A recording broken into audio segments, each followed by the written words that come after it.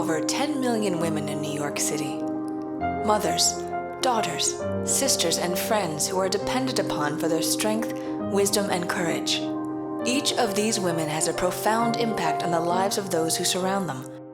Women tend to take care of not only themselves, but also their children, their husbands, also their parents and in-laws. They tend to take care of many, many, many people. So coming to Mount Sinai, where you can get taken care of yourself, but also learn how to take care of the other people and find out vital information for your family, is really important.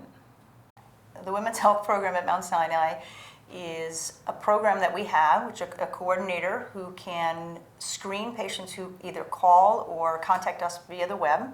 We try to help you determine, based on your family history and based on your personal history, what tests are appropriate for you.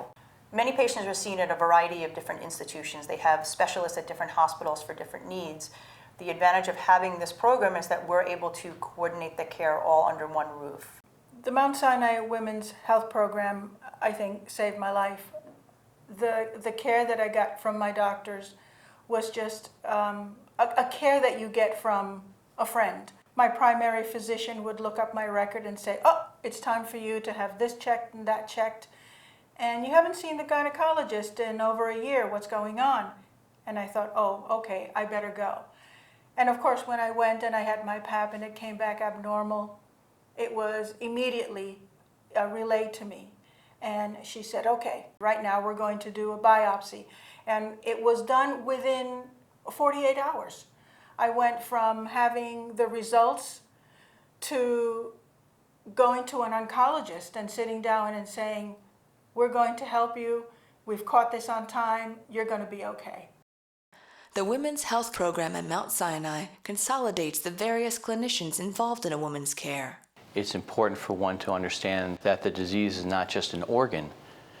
The organ that's affected is part of a person, and you have to optimize the person's care. Gender affects everything, from physiology to how we react to medications to how we react to treatments. So it's vital that we know how these differences can affect cardiac outcomes.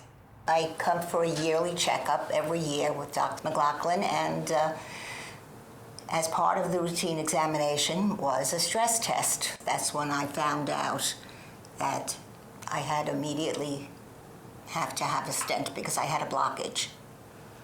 They suggested strongly that I stay with the program here for 6 weeks, an exercise program, which I've never exercised in my life. Although it was difficult for me, I found it very, very beneficial. It really helps me tremendously, physically and mentally as well. A family member who's in the medical field here in New York had recommended Mount Sinai to us. We asked her, where should we go to get the best doctors, the best hospital?